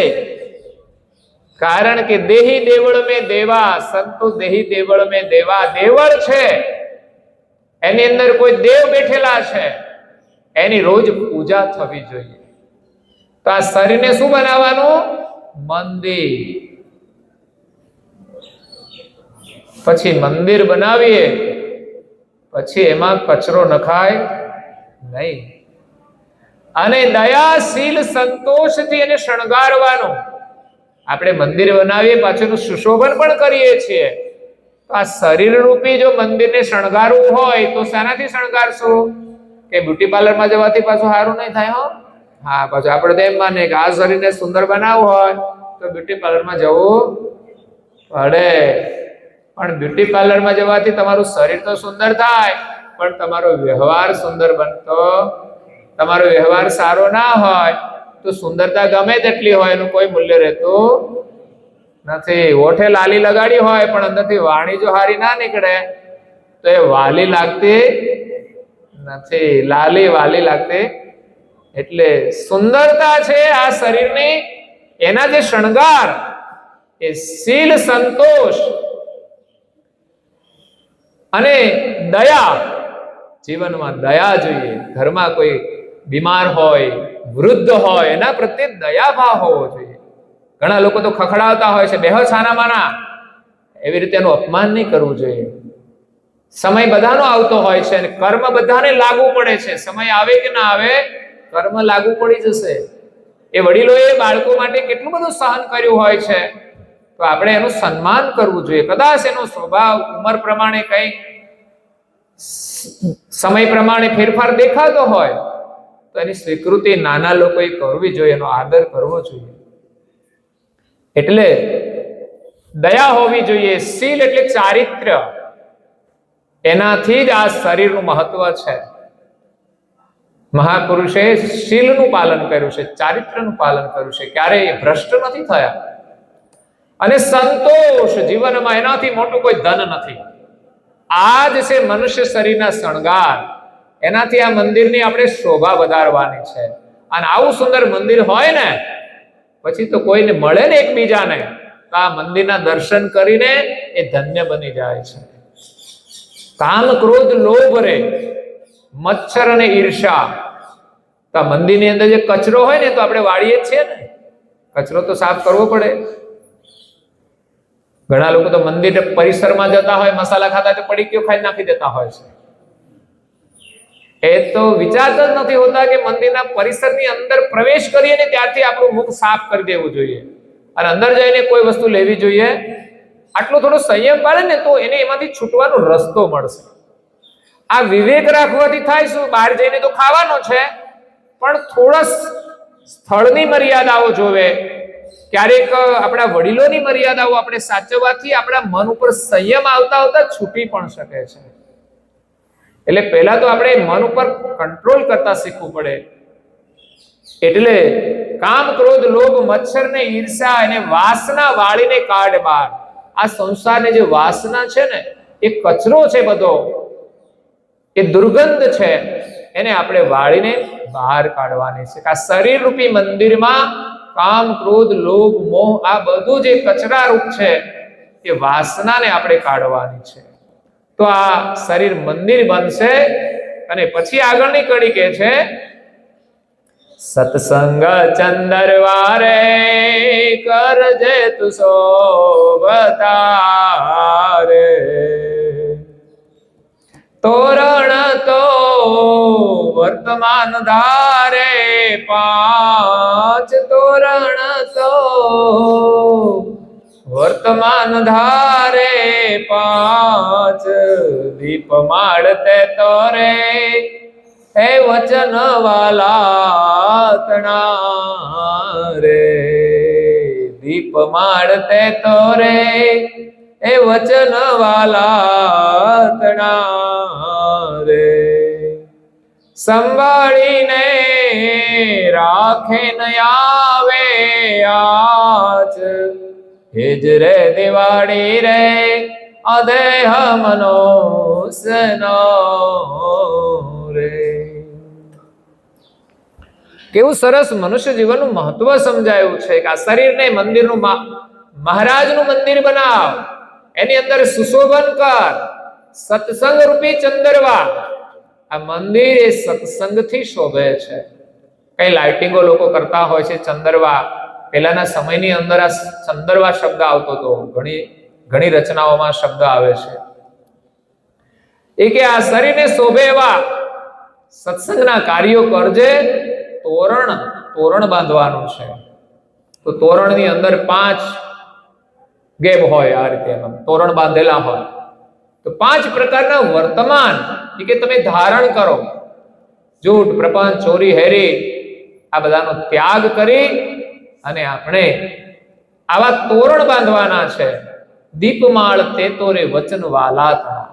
દીપમાળા કેવી કરવાની? જે દીવા કરીએ છીએ તો દીવડા આપણે ગોઠવીએ તો એક દીપમાળા બને છે. માળા, આખી દીપમાળા લાઈનમાં ગોઠવ્યા હોય. પણ આ શરીરની અંદર જે દીપમાળા કરવાની છે એ ગુરુ મહારાજના વચનો રૂપે દીપમાળા. દીપમાળા તે તોરે વચન વાલા તણા. પરમ ગુરુના વચનોની દીપમાળા જો કરીએ ને તો સમજવાનું પરમ ગુરુના એક એક વચન, એક એક શબ્દ એ દીવા સમાન છે અને આપણી અંદર આવ્યા એટલે અજવાળું કરશે. દીપમાળાની જેમ આપણું જીવન શોભી ઉઠશે, પ્રકાશિત થઈ જશે, જગમગી ઉઠશે. તો પરમ ગુરુના વચનો સાંભળવાની પ્રીતિ આપણે રાખવાની અને એ જ દીવડા આપણે પ્રગટાવવાના છે. એમના વચનોને હંમેશા સ્મરણ કરીએ તો આપણા જીવનની અંદર હંમેશા પ્રકાશ રહેશે. અને સંભાળીને રાખે ન આવે આંચ. જો પરમ ગુરુના વચનો આપણે સંભાળીને રાખીએ ને તો આપણા જીવનમાં કોઈ આંચ આવશે નહીં. અને અંતમાં કહેશે, શુદ્ધ ચેતરો પીરે સિંહાસનયો પરે રે. હે શુદ્ધ ચેતરો પીરે સિંહાસનયો પરે રે. મંદિરમાં પધરાવતું મહારાજ, મંદિરમાં પધરાવતું મહારાજ. દાસ પ્રીત કે છે રે એ અવસર આવ્યો રે. દાસ પ્રીત કહે છે રે અવસર આવ્યો રે. તેમાં તારો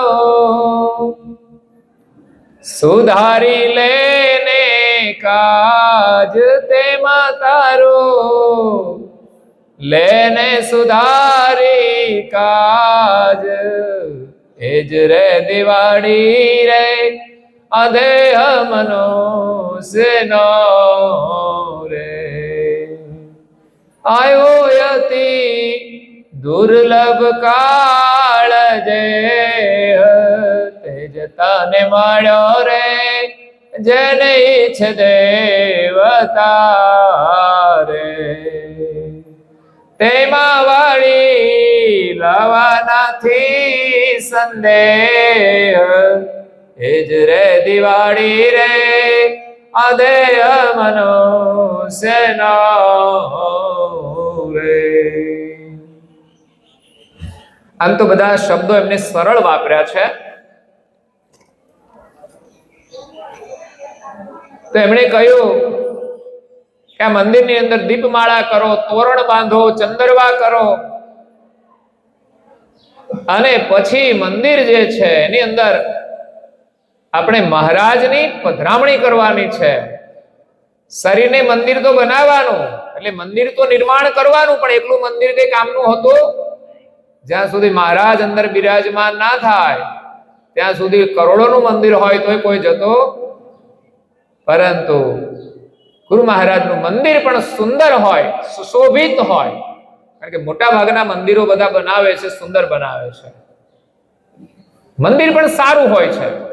આપણે એમ હોય કે ભાઈ જો આ મંદિર છે તમારે, તો ગુરુજીએ કહ્યું કે ભાઈ તમે શિખર પણ બનાવો. એને અધૂરું લાગતું હશે કે ભાઈ શિખરથી વધારે એની શોભા વધે છે.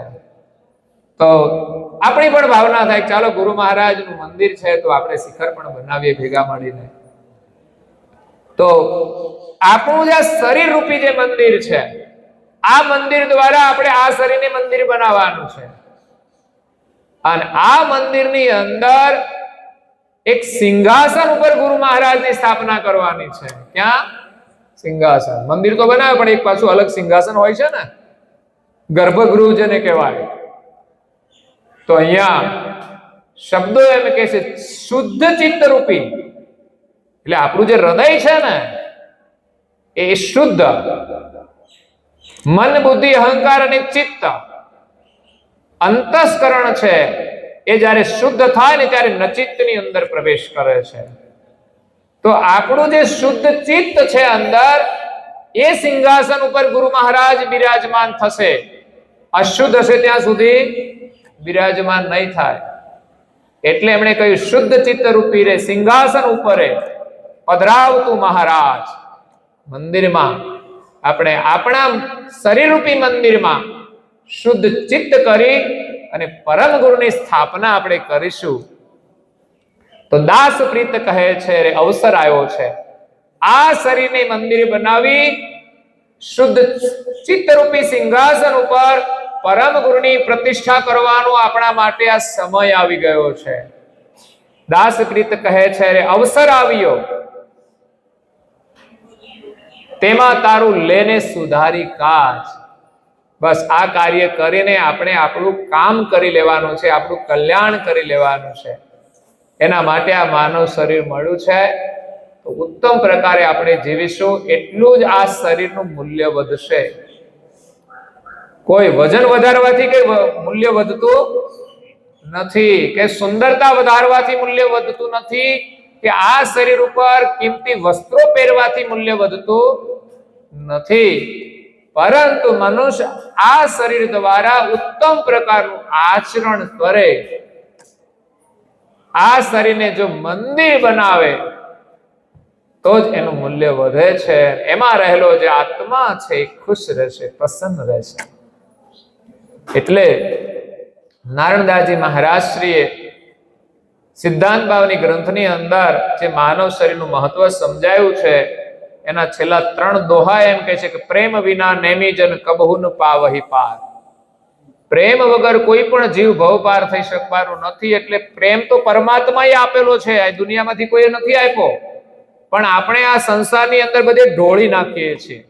હા, પરમાત્માએ જગત બનાવ્યું છે, શરીર બનાવ્યું છે, કુટુંબ પરિવાર છે, વ્યવસાય છે, જરૂરી વ્યવહાર છે, બધે જોડવાનો, પણ આપણે તો બધો ઠલવી દઈએ છીએ અને ભગવાનના માટે પાછળ રહેતો, પછી હાજે પ્રાર્થના કરવાનો સમય રહેતો અને બે હે તો કોઈ રસ પડતો.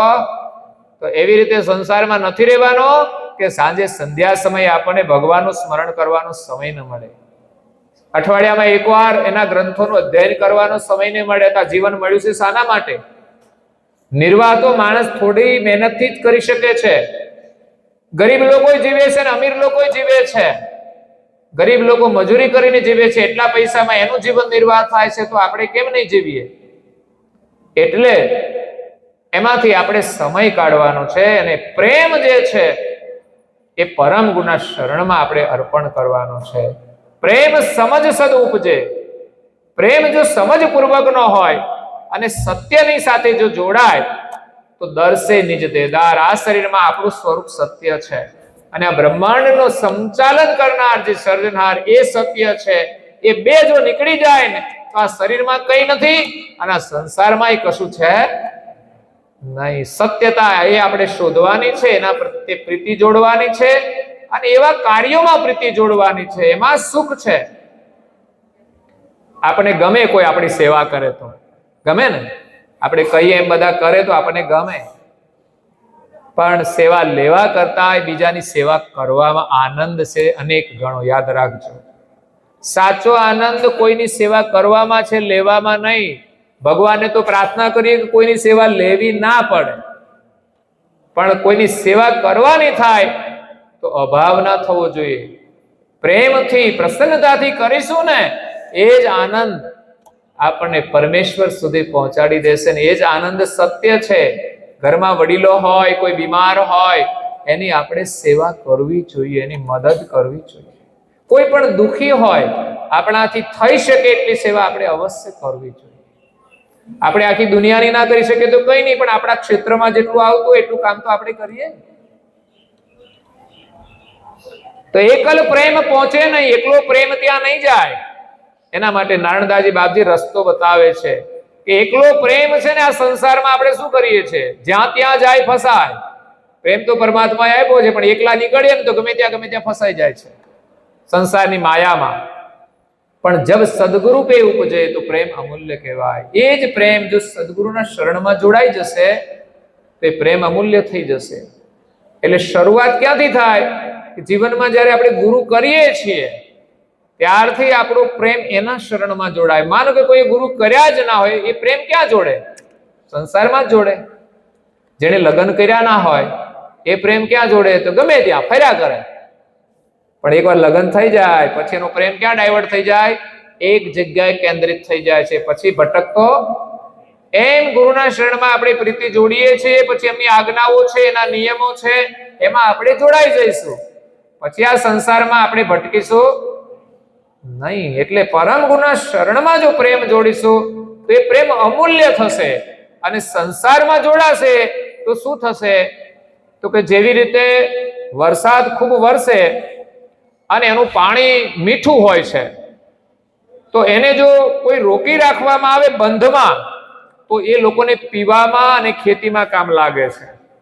પરંતુ એ જ પાણી સમુદ્ર ભેગું ભળી જશે તો એ કેવું થઈ જશે? ખારું થઈ જશે. એમ સંસારમાં જે આપણો પ્રેમ જોડાયો એ પ્રેમ મટીને મોહ થઈ જશે, વાસના બની જશે અને પરમાત્મા સાથે જોડાય છે એ જ સત્ય પ્રેમ આપણા માટે અમર થઈ જાય છે. એ પ્રેમ બની જાય છે તો એ અમૂલ્ય બની જાય છે. અને છેલ્લે એમ કહે છે કે પ્રેમ નેમ પ્રીતે કરી ધરો શ્રીમત કુબેર શરણ નારણ દાસ નિશ્ચય કહે મીટે જન્મ ને મરણ. આ જન્મ ને મરવાનું એ જ મોટું દુઃખ છે. સંસારમાં સામાન્ય જે દુઃખો આવે છે ને તો કઈ જ નથી, પણ વારંવાર જન્મવાનું, વારંવાર મરવાનું, આ ચક્રમાંથી છૂટવાનું છે. સહન તો ત્યારે નહીં થાય જ્યારે શરીર છોડવું પડશે. કોઈનું મૃત્યુ જોઈને આપણને દુઃખ થાય કે કેટલું ભયંકર દ્રશ્ય છે. કોઈ માણસ કોઈને ઝાટકે વાળી નાખે, કઈ એક્સિડન્ટ થઈ જાય, કઈ બીજી રીતે મૃત્યુ પામે, કઈ હેરાન થતા હોય, દુઃખી થતા હોય. આ બધા જ દુઃખોને ધ્યાનમાં રાખીને આપણે તૈયારી કરવાની છે કે ક્યારે ગમે ત્યારે ગમે તે વસ્તુ આપણા જીવનમાં આવી શકે. આજે નહીં તો ગમે ત્યારે. જો આ સંસારના ચક્રમાંથી છૂટીશું નહીં તો વારંવાર જન્મવાનું મરવાનું છે. માનવ જીવનમાં તો કઈ સમજણ ને સુખ છે, બાકી પશુ પ્રાણી એની અંદર તો ક્યાંય સુખ નથી, માત્ર દુઃખ જ ભોગવવાનું છે. તો પ્રેમ અને નેમ બંનેનું જોડાણ કરીએ કે આપણે પરમાત્માએ આપેલો પ્રેમ એને નિયમના માધ્યમથી આપણે પરમ ગુરુના શરણમાં જોડવાનો છે. સંસારમાં જેટલું જોઈએ એટલું આપણે જોડીએ તો બંધન નથી, કારણ કે પ્રેમની સંસારમાંય જરૂર છે, પરિવારમાંય પ્રેમની જરૂર છે, પણ આજે પ્રેમની જગ્યાએ વધારે મોહ દેખાય છે.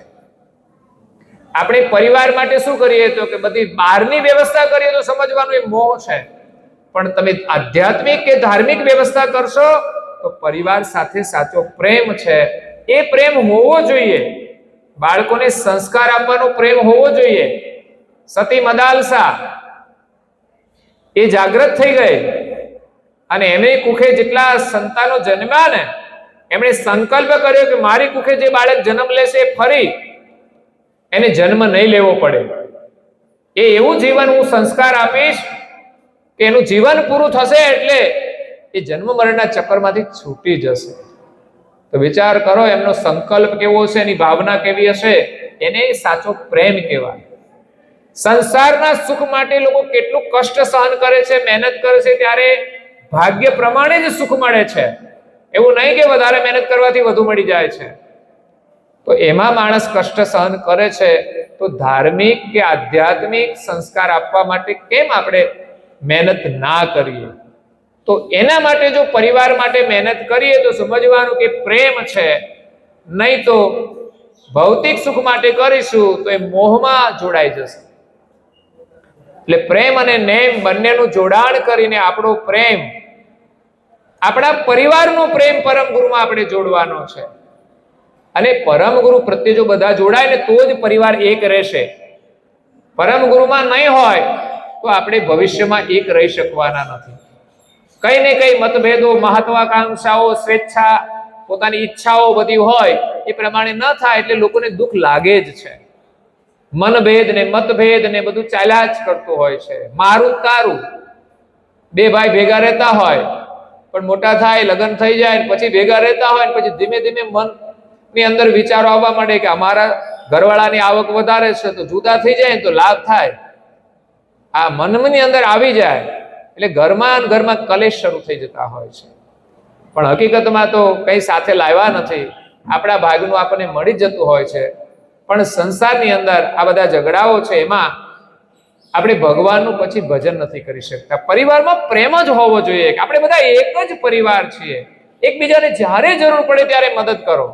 કદાચ ઔપચારિક રીતે અલગ રહેતા હોય પણ અલગપણું ના હોવું જોઈએ. એને કંઈ પણ જરૂરત પડી હોય તો કે ભાઈ બીમાર હોય તો ઘરે ખાવાની સમસ્યા હોય તો આવી જજો, અહીંયા થઈ જશે તૈયાર.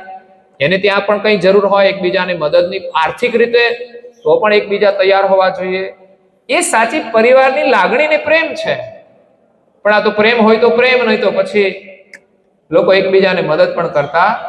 પણ આ પ્રેમ ક્યારે રહે? જ્યારે પરમ ગુરુના વિચારો હોય ને તો આપણે આ માયાનો મોહ છૂટે, સ્વાર્થ છૂટે અને આપણે બીજાને મદદ કરીએ. તો નારણદાસજી મહારાજ કહે છે, હું તમને નિશ્ચયપૂર્વક કહું છું કે તમે જન્મ મરણના બંધનમાંથી છૂટી જશો. બસ નિયમ લો અને તમારો પ્રેમ પરમ ગુરુના શરણમાં જોડો. તો આજે શ્રાવણ સુદ બીજ, શ્રાવણ મહિનો એટલે વિશેષ આપણી ભારતીય સંસ્કૃતિની અંદર પર્વનો મહિનો છે અને એમાંય વિશેષ શ્રવણ કરવાનો મહિનો છે. એટલે એનું નામ શ્રવણ કરવાનો મહિનો છે. અને આ કાનથી જો આપણે હરિકથા ન સાંભળીએ ને તો પછી આ કાન એ કાન નથી પણ સાપને રહેવાના દર છે, એવું તુલસીદાસ મહારાજે કહ્યું છે. જીને હરિ કથા સોણી નહીં કાના, શ્રવણ રંદ્ર યહી ભવન સમાના, શ્રવણ રંદ્ર યહી ભવન સમાના. જેણે આ કાનથી હરિની કથા નથી સાંભળી એ કાન નથી. ઘણી વાર તો ભજનમાં એમ કહે છે કોડિયા કહેવાય. પણ તુલસીદાસ મહારાજ તો એમ કહે છે કે જેને હરિકથા કાનેથી સાંભળી નથી એના કાનના જે છિદ્ર છે ને એ સાપને રહેવાના દર સમાન છે. એટલે એની અંદર પછી સાપ રહેતા હોય. ઝેરી શબ્દો બધા સંસારના જે છે એ સાપના દર સમાન બની જાય છે. એટલે આપણે ભાગ્યશાળી છીએ. હીરપુરા ગામની અંદર જે હીર છે પરમ ગુરુની કૃપાનો, અને સરસ મંદિર બનાવ્યું છે. ઉત્તરોત્તર પ્રગતિ પણ કરતા રહે છે. મંદિરનો વિકાસ થતો રહે છે, જગ્યાઓનો વિકાસ થતો રહે છે. એક સમયે તો ખાલી આ જગ્યા જ હતી. હું શરૂઆતમાં જ્યારે હીરપુરામાં આવ્યો ત્યારે, પછી ધીમે ધીમે મંદિર નિર્માણ થયું, અને એમાંય પછી નાનો હોલ હતો, એમાંથી પાછળ હટીને મોટો થયો સામે, અને આ બાજુ આ જગ્યા જે વાડી બની આખી, ઉપર પણ આ હોલ બનાવ્યો. આજે એનું મંગલ ઉદ્ઘાટન થયું. અને દર સુદ બીજના દિવસે અનેક ભક્તો અહીંયા સત્સંગનો લાભ લે છે. કોઈ સામાન્ય કાર્ય નથી, સામાન્ય પુણ્ય નથી. લોકો કરોડો રૂપિયા ફંક્શનોમાં ખર્ચે ને તો એનું મૂલ્ય ના થાય આ કાર્ય સાથે. એટલે આવું કાર્ય પરમની પ્રેરણાથી થઈ રહ્યું છે. ખરેખર ભક્તો ખૂબ ભક્તિભાવવાળા છે. બધાનો સહયોગ બધાને મળતો રહે છે. મેં જોયું કે અહીંયા જે કંઈ પ્રસંગો થાય છે, આર્થિક તો કોઈ સમસ્યા દેખાતી જ નથી. જે કંઈ પ્રસંગો થાય છે એના દાતાઓ એડવાન્સ તૈયાર હોય છે. 12 મહિનાના 12 બીજ હોય તો 12 બીજના દાતાઓ હોય. એ સિવાય પણ આ તો એક્સ્ટ્રા મળી જતા હોય. એટલે પરમ ગુરુની કૃપા છે કે આ ધન મળ્યું છે. આપણે ખાવા કેટલું જોઈએ કેટલું પરિવાર. આરતી આરત ગોરખ આરતી આરત ગોરખ ગોરખા કરલે પ્રભુ જય.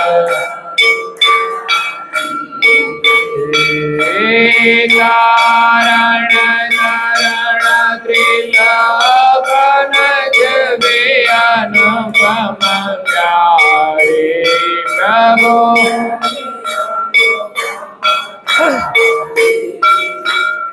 અનેક જનોની અરજી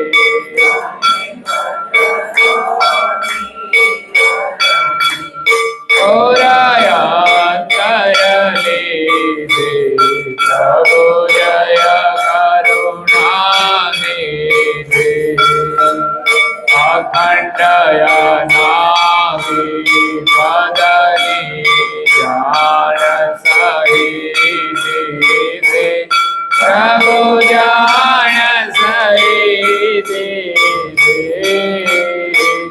સંશય સગળા નિવારી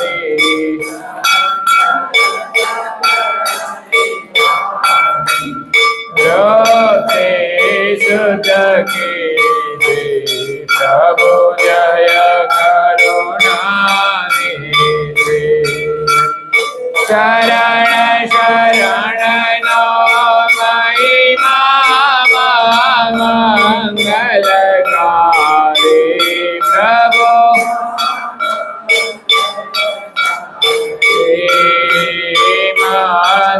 મતે નો માનવ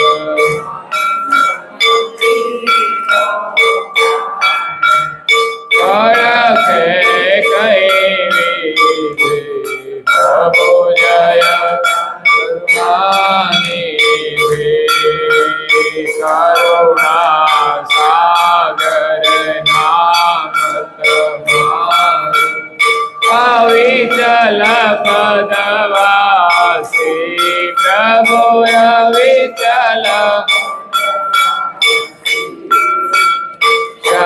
શરણાગત ને સાનમ શરણાગત ને સાનમ પીડી બતાવી સીધે પ્રભુ જય કરુણાનિધિ પ્રભુ જય કરુણાનિધિ પ્રભુ જય કરુણાનિધિ